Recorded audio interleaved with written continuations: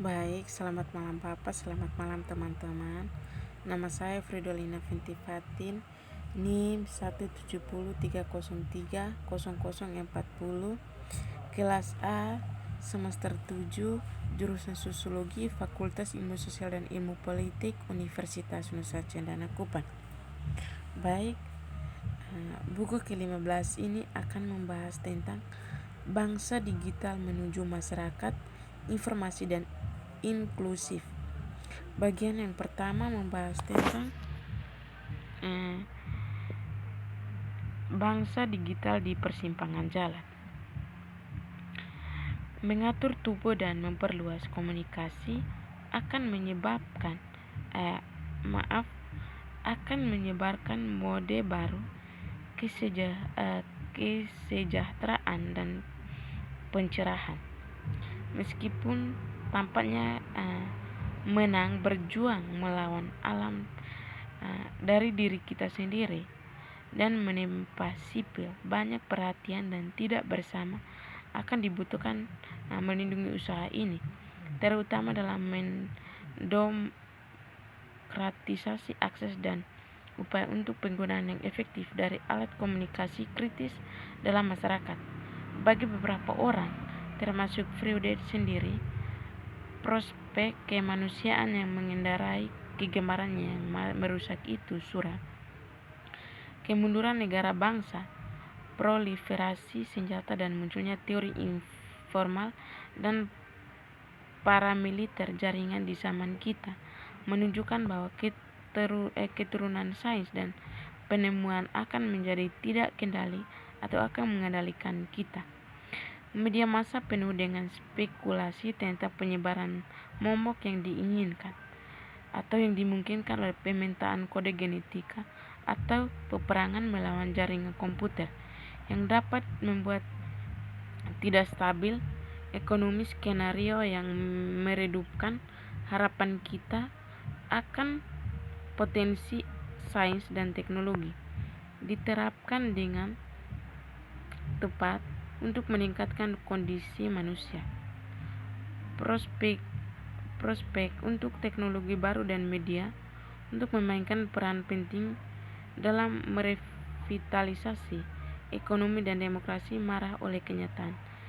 Buku ini mengembangkan sebuah kasus tentang bagaimana kita dapat memanfaatkan potensi dengan lebih baik teknologi informasi dan komunikasi sebagai pendorong untuk memperluas proniti dan inklusio. Proposal untuk membantu pengembalian keputusan dan berkepentingan warga negara mengantar masyarakat yang lebih produktif dan demokratis di tahun-tahun tersebut datang. Kami hanya dapat mulai membuat katalog banyak sekali contoh pengguna yang bermanfaat dari teknologi informasi dan komunikasi.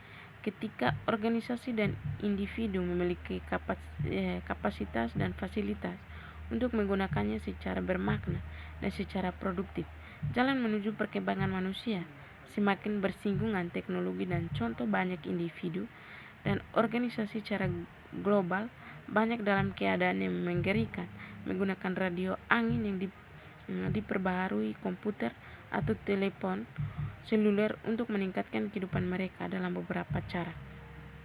Dalam ke pasar tenaga kerja hari ini memiliki keterampilan teknis sangat penting bagi pencari kerja untuk meningkatkan peluang mendapatkan pekerjaan yang menguntungkan. Bereksperimen dengan AI menunjukkan bahwa spesialisasi dapat diangkut secara virtual ke lokasi terpencil, memperluas aksesibilitas ke layanan kesehatan sambil menurunnya biaya, dan transportasi dan telekomunikasi yang cerdas dapat membantu mengurangi kekusutan jalan raya, membantu komputer menembus produktivitas yang hilang.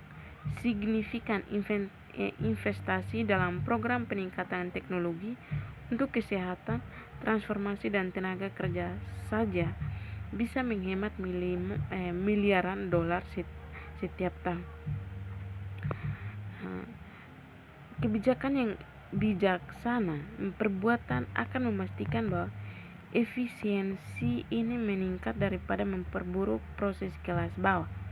Mereka memeriksa diri di toko grosir, register, atau melakukan perbankan online, menandakan sisi negatif dari otomatisasi.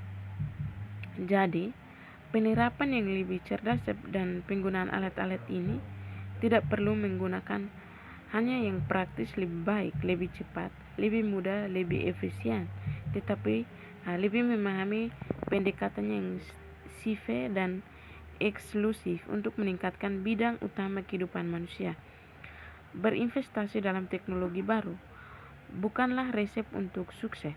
Cukup memiliki alat seperti yang sudah terjadi di sebagian besar negara kaya tidak menjamin kinerja. Teknologi informasi dan komunikasi dengan sendirinya audiens tidak akan membawa hasil, namun tidak memilikinya. Dalam banyak hal, kasus mungkin akan memperlambat penyebaran inovasi dalam jangka panjang. Bangsa digital akan menawarkan banyak jalur bagi setiap orang untuk mengembangkan kapasitas dan keuntungan kemampuan untuk mencapai tujuan hidup mereka.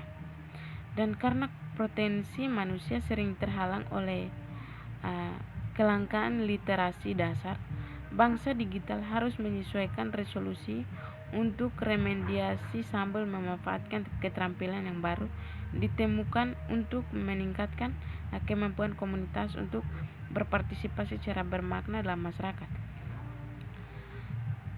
Para proaces mengaku bahwa teknologi bukanlah peluru perang, melainkan ini adalah katalisator pendorong dan alat yang ampuh dalam memikirkan kembali perusahaan, pendidikan, memperluas penyampaian layanan kesehatan dan sosial, peningkatan produktivitas dan tujuan kerja. Realisasi bangsa digital pendek tangan untuk masyarakat yang lebih produktif dan inklusif akan membutuhkan bersama tindakan dari banyak pemangku kepentingan, dari politisi hingga orang tua. Jangan sampai ketidaksetaraan dan praktek diskriminatif yang menunggu status diperburuk. Jeda waktu dalam mengakses dan secara efektif menggunakan layanan online bisa mematikan secara ekonomi dan sosial untuk kelompok yang sudah berada di pinggiran masyarakat. Diskriminasi praktik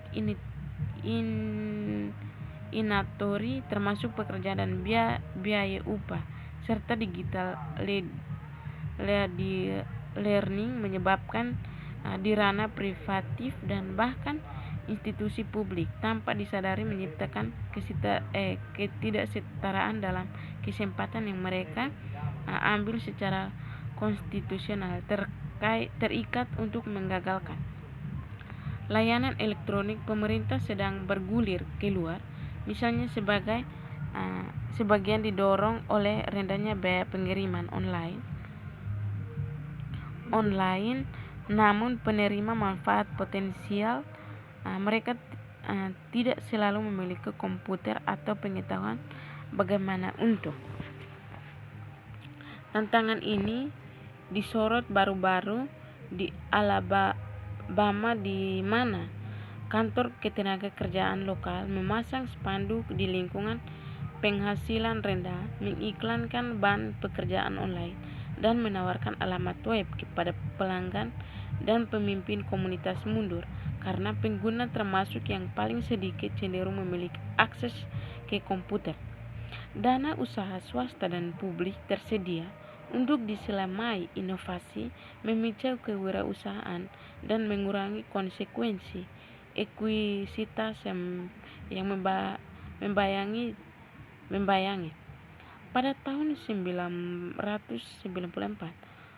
tolak ukur diterapkan untuk menghubungkan setiap ruang kelas, perpustakaan, klinik perawatan kesehatan, dan lembaga pemerintah. Meskipun tindakan ini patut dipuji, mereka terlalu terfokus memasukkan pada dasarnya pendekatan yang digerakkan oleh pasokan untuk kebijakan sosial kebijakan sosial dan tidak selaras dengan hasil. Sekian dan terima kasih.